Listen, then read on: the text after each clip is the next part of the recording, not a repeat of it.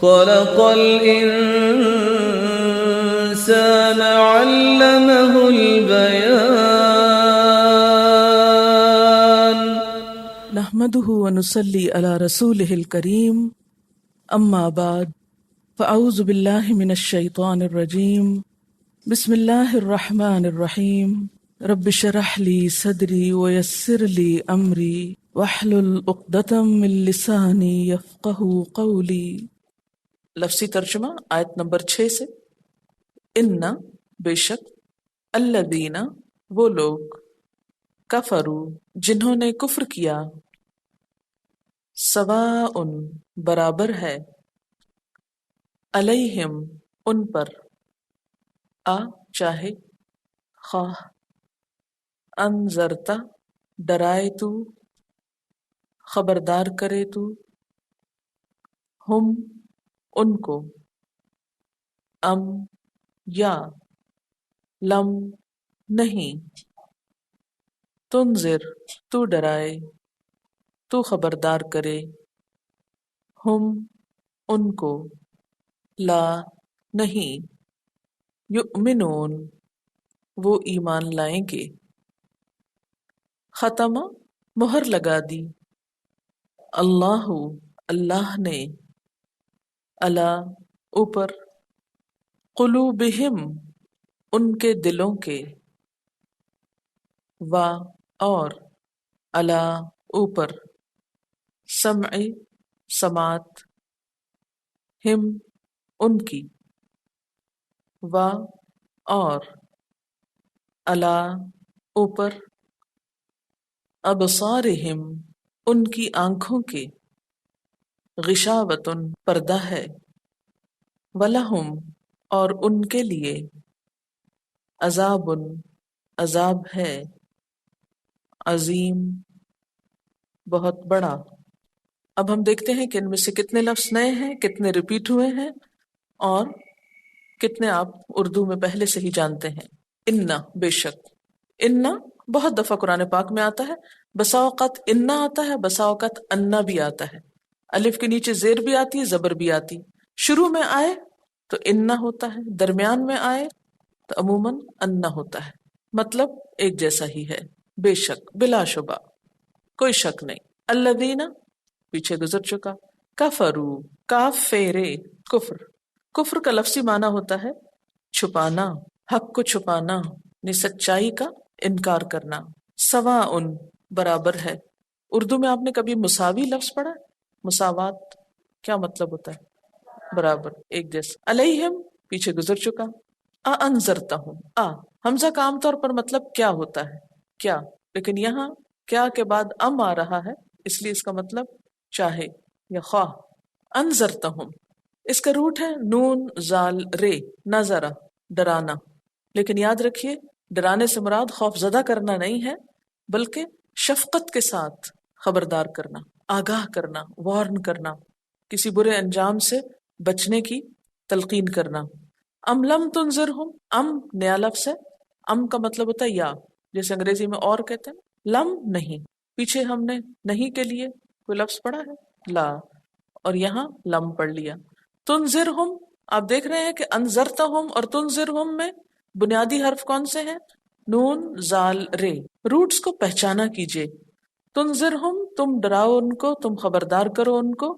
لا دوبارہ آ گیا. یؤمنون پیچھے گزر چکا ہے، یؤمنون بالغیب.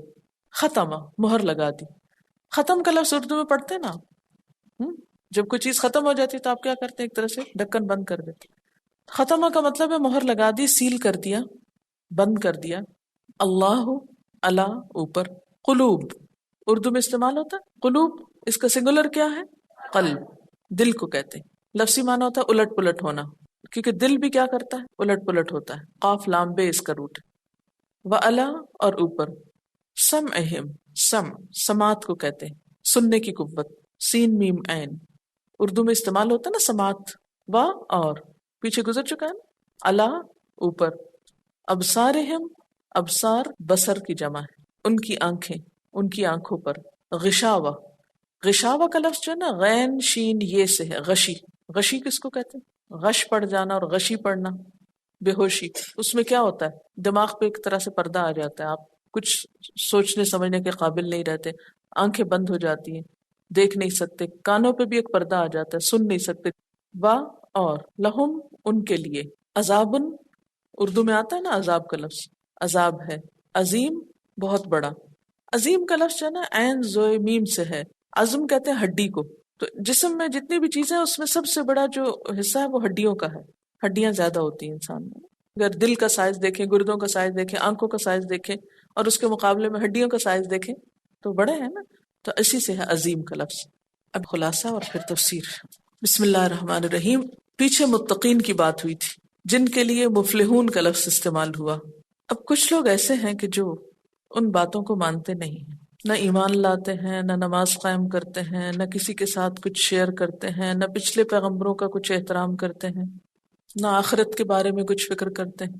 ان کو کیا کہا گیا؟ ان الذین کفروا، بے شک وہ لوگ جنہوں نے کفر کیا، انکار کیا، حق سامنے آیا اس کو نہیں مانا۔ ایسے لوگوں کا حال کیا ہے؟ سواء علیہم، ان کے لیے برابر ہے۔ کیا برابر ہے؟ اانذرتہم ام لم تنذرہم لا یؤمنون، خواہ تم ان کو خبردار کرو یا نہ کرو، کس چیز سے؟ برے انجام سے۔ وہ کیا نہیں کریں گے؟ لا یؤمنون، وہ ایمان نہیں لائیں گے، وہ نہیں مانیں گے۔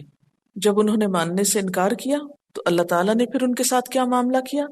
ختم اللہ علی قلوبہم، اللہ تعالیٰ نے ان کے دلوں پر مہر لگا دی، ان کے دلوں کو سیل کر دیا۔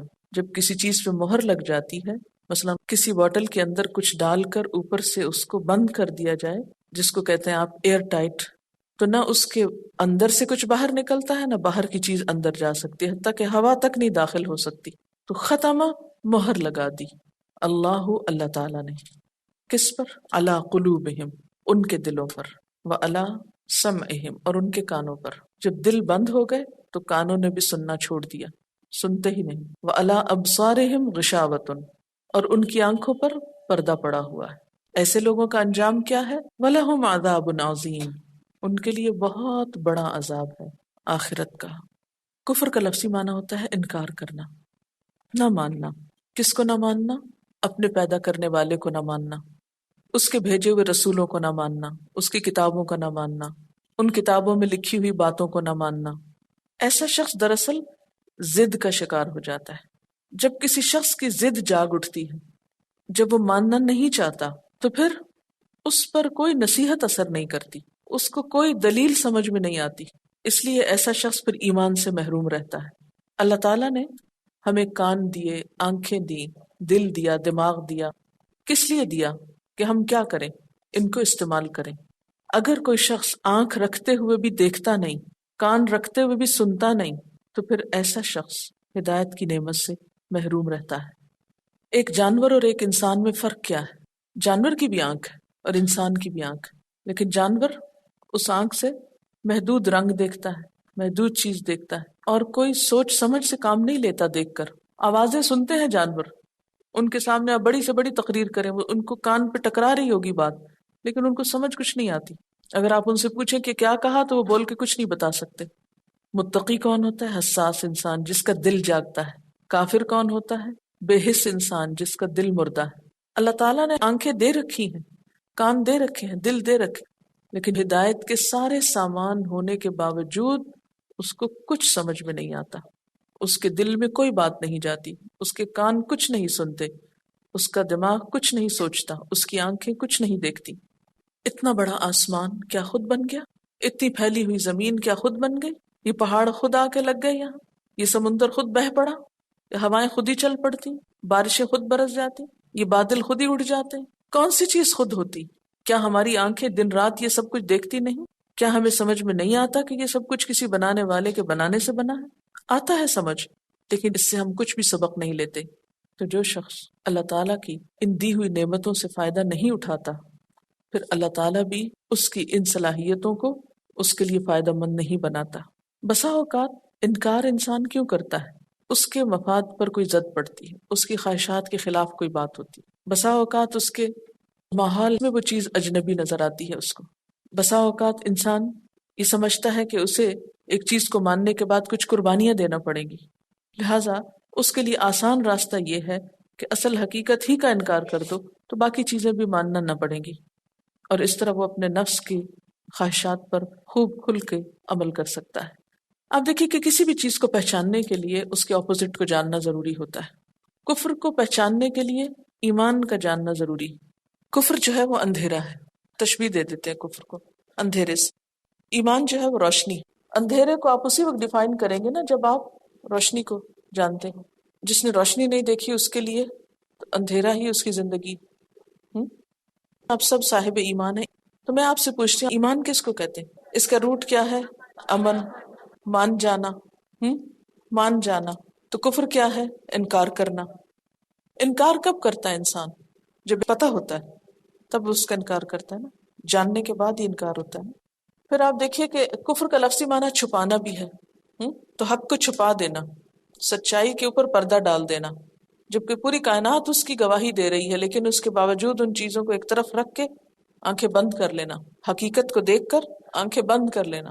یعنی جو دلائل، جو چیزیں اللہ تعالیٰ کی ذات کی پوری پوری گواہ ہیں، کائنات کی بڑی بڑی نشانیاں جو ہماری کھلی آنکھیں دیکھتی ہیں یا ہم دوربینوں سے دیکھتے ہیں، ان سب چیزوں کے ہونے کے باوجود، ان کو دیکھنے کے باوجود یہ نہ ماننا کہ اس کا بنانے والا بھی کوئی ہے۔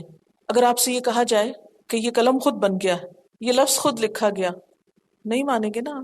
اتنا بڑا آسمان خود بن سکتا ہے؟ یہ زمین خود بن سکتی؟ پہاڑ، دریا، کون سی چیز خود بن سکتی؟ کچھ بھی خود نہیں بن سکتا، کوئی تو ہے نا بنانے والا۔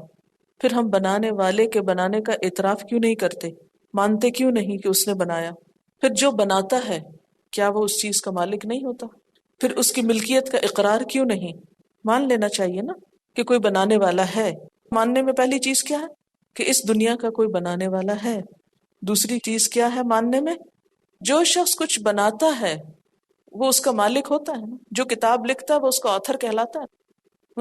جو عمارت خریدتا ہے وہ اس کا مالک ہوتا ہے نا، یا بنواتا ہے یا بناتا ہے، مالک ہوتا ہے نا۔ پھر جو مالک ہوتا ہے کیا اس کی مرضی چلتی ہے یا نہیں، یا چلنی چاہیے کہ نہیں؟ مالک کی مرضی ہونی چاہیے نا۔ ہم عام طور پہ اپنی چیز بعض وقت خراب کر رہے ہیں، کوئی کہتے ہیں کیوں خراب کر رہے، تو ہم کیا جواب دیتے ہیں؟ ہماری چیز ہماری مرضی، ہم چاہے خراب کریں، چاہے پھاڑے پھینک کے رکھیں، اٹھائیں۔ تو یہ دنیا جس نے بنائی، جو اس کا خالق، جو اس کا مالک، کیا اس پہ اس کی مرضی ہوگی یا نہیں؟ ہوگی نا۔ ہر چیز پہ اس کی مرضی چل رہی ہے۔ ہاں، مجھے اور آپ کو تھوڑا اختیار دے کے کہا چاہو تو مان جاؤ، چاہو تو نہ مانو۔ اب جو مانے گا وہ فائدے میں ہے، اور جو اس کی مرضی کو نہیں مانے گا، ان الذین کفروا سواء علیہم۔ اچھا اب دیکھیے، اللہ تعالیٰ نے سورج کو پیدا کیا، وہ اس کا مالک ہے۔ سورج کو اللہ تعالیٰ نے مرضی نہیں دی، سورج اللہ کی بات مان رہا ہے کہ نہیں؟ مان رہا ہے نا۔ چاند اس کی بات مان رہا ہے نا، سمندر اس کی بات مانتے ہیں نا، وہیں آ کے ٹھہرا ہوا ہے پانی، یہاں نہیں آتا۔ خود ہمارا جسم، ہمارا دل اللہ کی بات مان رہا ہے نا، ہمارے کان مان رہے ہیں نا، تبھی سن رہے ہیں۔ تو ایک ماننا ان چیزوں کا ہے جن کی مرضی کوئی نہیں، اور ایک ماننا اس کا ہے جس کے پاس مرضی ہے۔ مرضی والا جب مانے تو مومن کہلاتا ہے، نہ مانے تو کافر کہلاتا ہے۔ تو ان الذین کفروا، بے شک وہ لوگ جنہوں نے کفر کیا۔ تو کفر پھر کیا ہوا؟ انکار کرنا۔ کس کا؟ اس کے وجود کا، اس کی نعمتوں کا، اس کے احسانات کا۔ کفر کا لفظی معنی انکار کیا، اور کفرہ کا ایک معنی کیا ہوتا ہے؟ چھپا دینا۔ حق کو چھپا دیا، اقرار کی بجائے انکار کی روش اختیار کی، مثبت سوچ کی بجائے منفی رویہ اختیار کیا۔ اب آپ فرق دیکھ رہے ہیں نا ایک مومن کا۔ مومن کون ہوتا ہے؟ ماننے والا کون ہوتا ہے؟ جو اللہ تعالیٰ کی ذات کا اقرار کرتا ہے، اس کی نعمتوں کا اقرار کرتا ہے، اس پر شکر بجا لاتا ہے۔ جبکہ کافر کون ہوتا ہے؟ اللہ تعالیٰ کی ذات کا انکار کرتا ہے، اس کے احسانات کا انکار کرتا ہے، اس کی نعمتوں کو پہچاننے کی بجائے، اس کا شکر ادا کرنے کی بجائے ان پہ پردہ ڈال دیتا ہے، ان کو چھپا دیتا ہے، نعمتوں کی ناقدری کرتا ہے، نعمت دینے والے کا حق نہیں پہچانتا۔ وہ ایک نیگیٹو سوچ کا مالک ہوتا ہے، مایوس ہوتا ہے۔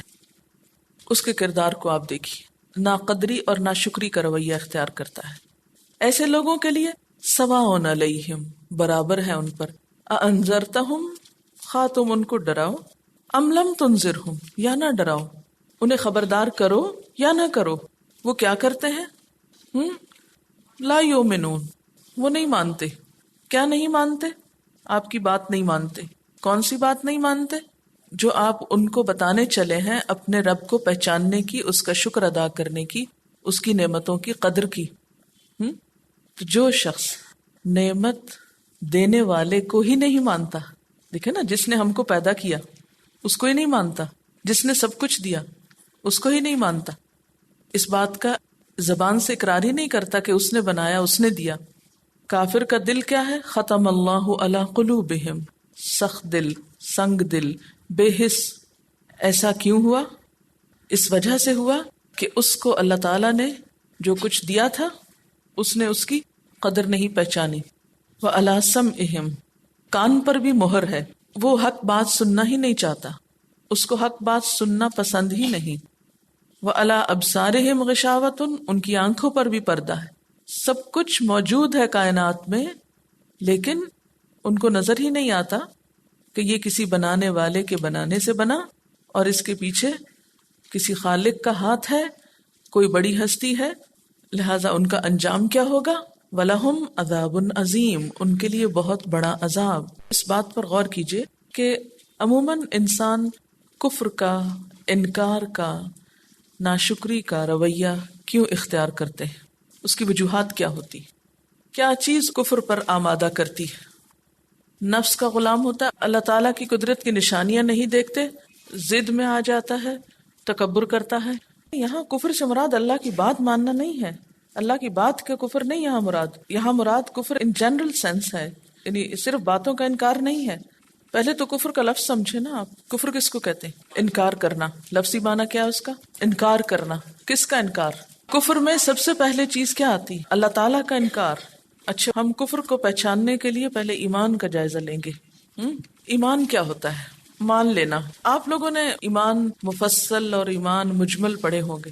مفصل کیا ہوتا ہے؟ یہ ہے آمنت باللہ و ملائکتہ و کتبہ و رسلہ والیوم الآخر والقدر خیرہ و شرہ من اللہ تعالی والبعث بعد الموت. ایمان کا لفظی معنی ہوتا ہے مان لینا. لیکن کس کو مان لینا؟ مسلمان ہونے کے لیے، مومن ہونے کے لیے ضروری ہے. یعنی مسلمان کس کو کہیں گے؟ مومن کس کو کہیں گے؟ جو ان تمام چیزوں کو مانے گا. اس میں سب سے پہلے تو آمنت باللہ، میں اللہ پر ایمان لے آیا. لیکن اتنا کہنا کافی نہیں. کیا مشرکین مکہ اللہ کو نہیں مانتے تھے؟ مانتے تھے نا. کیا شیطان اللہ کو نہیں مانتا تھا؟ کبھی شیطان نے اللہ تعالیٰ کا انکار کیا تھا؟ نہیں کیا تھا نا. وہ جانتا تھا نا. لیکن شیطان مسلمان ہے کہ کافر؟ کافر ہے. ٹھیک ہے نا. اچھا، اب آپ دیکھیے کہ آمنت باللہ، پھر کیا ہے؟ و ملائکتہ، اس کے فرشتوں کو ماننا ضروری ہے. اگر کوئی شخص یہ کہے کہ میں سب چیزوں کو مانوں گا، فرشتوں کو نہیں مانوں گا، تو وہ ایمان کے دائرے سے باہر ہو جاتا ہے. اسی طرح وہ کتب ہی، کتب میں کون کون سی کتابیں آتی؟ تورات، زبور، انجیل، قرآن. وہ رسول ہی، تمام رسول جو بھی اللہ تعالیٰ نے بھیجے. کہاں تک؟ حضور صلی اللہ علیہ وسلم تک، بس اس کے بعد نہیں. پھر اس کے بعد والیوم الآخر، آخرت پر ایمان. والقدر خیرہ و شرہ من اللہ، اور تقدیر پر اچھی ہو یا بری کہ وہ اللہ کی طرف سے ہے، اس بات پر ایمان. والبعث بعد الموت، اور موت کے بعد دوبارہ جی اٹھنے پر بھی میں ایمان لاتا ہوں. اچھا، اب آپ دیکھیے کہ بہت سے لوگ ان سب چیزوں کو تو مانتے ہیں، ٹھیک ہے، ان سب چیزوں کو مانتے ہیں، ان میں سے کسی بھی چیز کا انکار نہیں کرتے. ایسے لوگوں کو اصطلاح میں مومن یا مسلم کہیں گے. ان کے عمل کیسے بھی ہوں لیکن ان کو آپ کافر نہیں کہہ سکتے. جو شخص بھی لا الہ الا اللہ پڑھتا ہو، محمد الرسول اللہ کہتا ہو اور ان تمام چیزوں کو مانتا ہو، وہ کیا کہلاتا ہے؟ مومن کہلاتا ہے، مسلم کہلاتا ہے. لیکن کتنے افسوس کی بات ہے کہ ہم مسلمان ہی مسلمانوں کو کافر کہنے پر تلے ہوتے ہیں. دوسری بات یہ ہے کہ کسی کے بھی ایمان کا اظہار کہاں سے ہوتا ہے؟ زبان سے ہوتا ہے. ٹھیک ہے، اگر کسی نے زبان سے کہہ دیا تو پھر ہمارے لیے کیا حکم ہے کہ ہم اس کو مسلمان مانیں. یہ الگ بات ہے کہ اس کے دل میں کیا ہے. ہمیں کیا حکم ہے کہ کسی کے ساتھ بھی معاملہ کرتے ہوئے کس پر کریں؟ اس کے ظاہر پر کریں. اچھا، اب یہاں بات ہو رہی ہے کافروں کی کہ جن لوگوں نے کفر کیا ان کے لیے برابر ہے کہ چاہے آپ ان کو خبردار کریں یا نہ کریں وہ ایمان نہیں لائیں گے، یعنی وہ اللہ کو نہیں مانتے یا پھر ایمان بالغیب نہیں رکھتے جس میں فرشتے، وحی، رسول، آخرت، یہ تمام چیزیں ایمان بالغیب میں آ جاتی ہیں نا. یہ آپ دیکھیے متقی کی صفات میں کون سی چیزیں تھی؟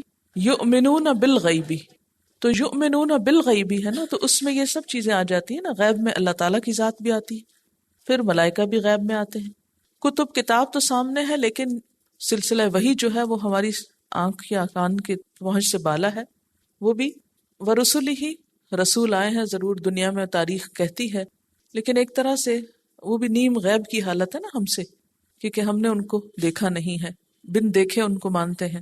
پھر اسی طرح آخرت کا دن جو ہے، ٹھیک. تو متقی جو ہے اس کی پہلی صفت یہ ہوتی ہے کہ وہ ان تمام چیزوں کو مانتا ہے. اس کے بعد جو کافر ہے وہ ان چیزوں کا انکار کرتا ہے، اور اس کا انکار دراصل حق کا انکار ہے. یہ سب سے بڑی حقیقت ہے. تو کافر کی پہلی پہچان کیا ہوتی ہے کہ وہ حق کا انکار کرتا ہے، ایمان کے جو اجزاء ہیں ان میں سے تمام یا کسی ایک کا انکار کرتا ہے. پھر اسی طرح یہ ہے کہ بعض اوقات دل ان کا گواہی دیتا ہے لیکن زبان سے اقرار نہیں کرتے. ایسے لوگ بھی مومن نہیں کہلا سکتے. ایمان کے لیے کیا شرط ہے؟ کہ دل بھی مومن ہو اور زبان سے ڈکلیریشن بہت ضروری ہے.